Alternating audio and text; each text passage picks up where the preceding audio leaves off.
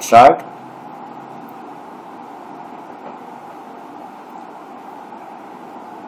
Question number 1 आपकी screen पे आ गया है। क्वेश्चन को पहले रीड कर लेते हैं अच्छे तरीके से और फिर उसके बाद इसको सॉल्व करेंगे। प्रोसेस वही है जो हम पहले सीख चुके हैं। If x is directly proportional to y cube and x is equal to 32 when y is equal to 2, find an equation connecting x and y। Second part है find the value of x when y is equal to 6 and find y when x is equal to 108। और फिर last part है draw the graph of x against y cube. अब फर्क क्या है कि वहां पे जो हमने पहले सवाल किए थे उसमें नॉर्मली पावर्स में क्वेश्चंस नहीं थे, लेकिन प्रोसेस सारा वही है। सबसे पहले हम इसकी प्रोपोर्शनैलिटी की इक्वेशन बनाएंगे, लिखेंगे x is proportional to y cube, क्योंकि लिखा हुआ है क्वेश्चन में कि x is directly proportional to y cube. So x is directly proportional to y cube आ गया। अब इसकी इक्वेशन बनाए x is equal to k y cube और उसको मार्क कर दें इक्वेशन नंबर 1 से। अब x की वैल्यू 32 और y की वैल्यू 2 पुट करेंगे इक्वेशन नंबर 1 में। So put x is equal to 32 and y is equal to 2 in equation number 1। तो x की जगह आ जाएगा 32 और y की जगह आ जाएगा 2। So 32 is equal to k times 2 का क्यूब, क्योंकि 2 की पावर 3 थी, जैसे यहाँ पे लिखेंगे 2 की power 3। So 32 is equal to, अब 2 का क्यूब होता है 2 टाइम्स 2 टाइम्स 2 यानी 8। So 32 is equal to k times 8। So k is equal to 32 over 8, क्योंकि ये 8 यहाँ मल्टीप्लाई है, यहाँ के डिवाइड हो जाएगा। अब यहाँ पे कटिंग कर दें या आप डायरेक्ट कैलकुलेटर यूज कर सकते हैं। 8 1 जार 8 और 8 4 जार 12। यहाँ पे हमारे पास k की वैल्यू आ गई 4। अब हम इसका पार्ट 1 करेंगे, find an equation connecting x and y। तो यहाँ पे k की वैल्यू जो हम 4 पुट कर देंगे तो हमारी इक्वेशन बन जाएगी। So part A x is equal to 4y cube which is the equation या required equation of x in terms of y भी कह सकते हैं या connecting x and y। अब यहां से जो हमने इसको इक्वेशन नंबर 2 मार्क कर देना है और बाकी तीनों पार्ट्स जो है वो इससे ही आगे सॉल्व करेंगे। सो पार्ट नंबर 2 ये फाइंड एन इक्वेशन, हमने ड्रॉ इक्वेशन बना ली है। पार्ट नंबर 2 में वैल्यू ऑफ x फाइंड करनी है when y is equal to 6 और फिर पार्ट 3 और फिर पार्ट 4 करेंगे। सबसे पहले हमने जो इक्वेशन फॉर्म की थी x is equal to 4y cube, उसको दोबारा लिख लिया है ताकि नेक्स्ट स्लाइड में आ गया। ये मैंने इसलिए लिखा है ताकि आपको सामने नजर आए, वरना स्लाइड पे बैक बार बार जाना पड़ेगा, इसलिए क्वेश्चन सामने आ गया, लेकिन आपने तो एक ही दफा लिखना होता है।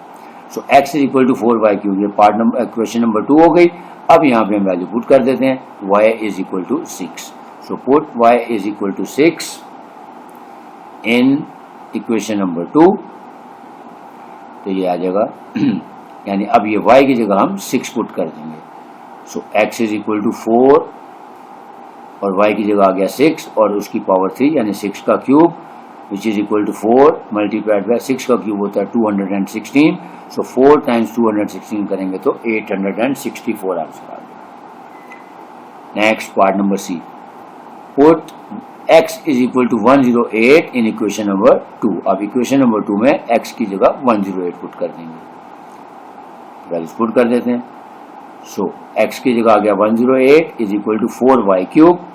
अब यहाँ पे 4 मल्टीप्लाई हो रहा है, इसको तो जाके डिवाइड कर दें। So y cube is equal to 108 over 4। अब यहाँ पे कटिंग भी कर सकते हैं। सो 4 1 जा 4, 4 2 जा 8 होता है और 2 फिर आगे 2 कैरी किया तो 28 हो गया, 4 7 जा 28, या आप यहाँ पे कैलकुलेटर से डिवाइड भी कर सकते हैं। So y cube is equal to 27, क्योंकि हमने y की वैल्यू फाइंड करनी है तो क्यूब को खत्म करने के लिए दोनों साइड का क्यूब रूट ले लेते हैं। So cube root of y cube is equal to cube root of 27। ठीक हो गया। अब ये क्यूब जो है वो क्यूब रूट को खत्म कर देगा, तो यहाँ पे आ जाएगा y और फिर 27 का जब हम क्यूब रूट लेंगे तो वो होता है हमारे पास 3। ठीक हो गया।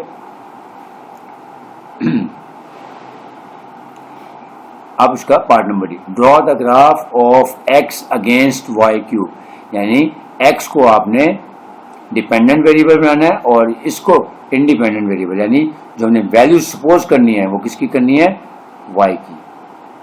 हमेशा जो राइट हैंड साइड पे इक्वेशन होती है उसकी वैल्यूज को हमने सपोज करना है।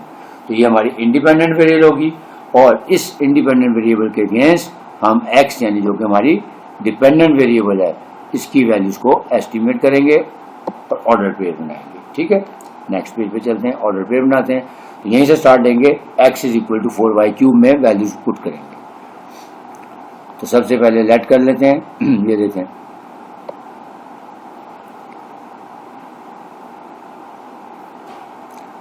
कि x is equal to 4y³ यानी x की वैल्यूज निकालने के लिए हम y की वैल्यूज यहाँ पे एज्यूम करेंगे और फिर ऑर्डर पेयर बना लेंगे।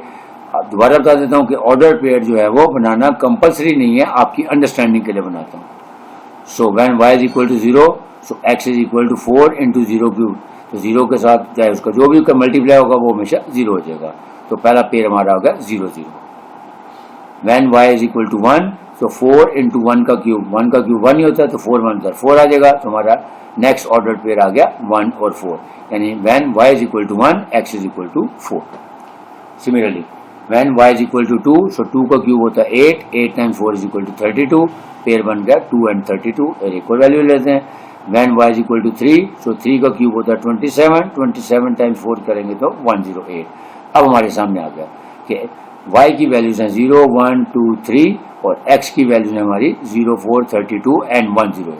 अब जब हमने ग्राफ बनाना है तो जो हॉरिजॉन्टल एक्सिस है जिसको हम नॉर्मली x एक्सिस कहते हैं, तो हॉरिजॉन्टल एक्सिस पे हमने y की वैल्यूज अज्यूम करनी है, y की वैल्यूज है। ठीक है, और जो वर्टिकल एक्सिस है जिसको नॉर्मल लैंग्वेज में y एक्सिस भी कहते हैं, लेकिन यहाँ पे क्योंकि उल्टा चल रहे हैं, x हमारा y पे आ रहा है, y हमारा x पे आ रहा है, इसलिए कह रहा हूँ कि हॉरिजॉन्टल एक्सिस पे आपने y की वैल्यूज लेनी है और वर्टिकल एक्सिस पे आपने x की वैल्यूज लेनी है। ठीक है, ये ग्राफ आपके सामने आ गया।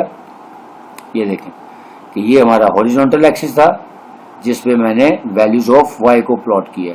वैल्यूज ऑफ हमने सपोज की थी 0 1 2 एंड 3।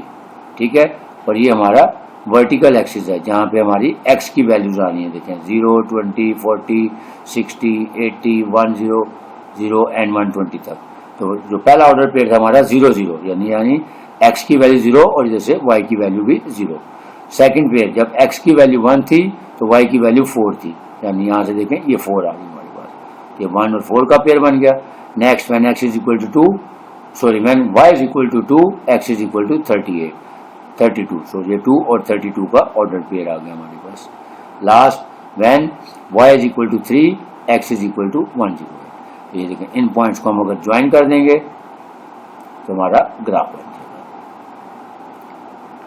ठीक हो गया, उम्मीद है आपको समझ आया होगा। अब इंशाल्लाह जो नेक्स्ट लेक्चर होगा उसमें हम क्वेश्चन नंबर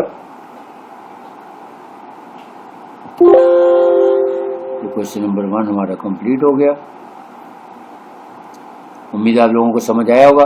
तो जिन लोगों से जो फर्स्ट टाइम लेक्चर देख रहे हैं उनसे गुजारिश है कि चैनल को सब्सक्राइब कर लें, और जो रेगुलरली देखते हैं अगर आपको वीडियो पसंद आई है तो इसको काइंडली शेयर भी करें, लाइक भी करें, और कमेंट बॉक्स में अगर आप चाहें तो कमेंट भी कर सकते हैं, और कुछ सजेशन है तो वो भी मुझे दे सकते हैं। इंशाल्लाह नेक्स्ट लेक्चर के साथ आपकी खिदमत जल्दी हाजिर होऊंगा। अल्लाह हाफिज़।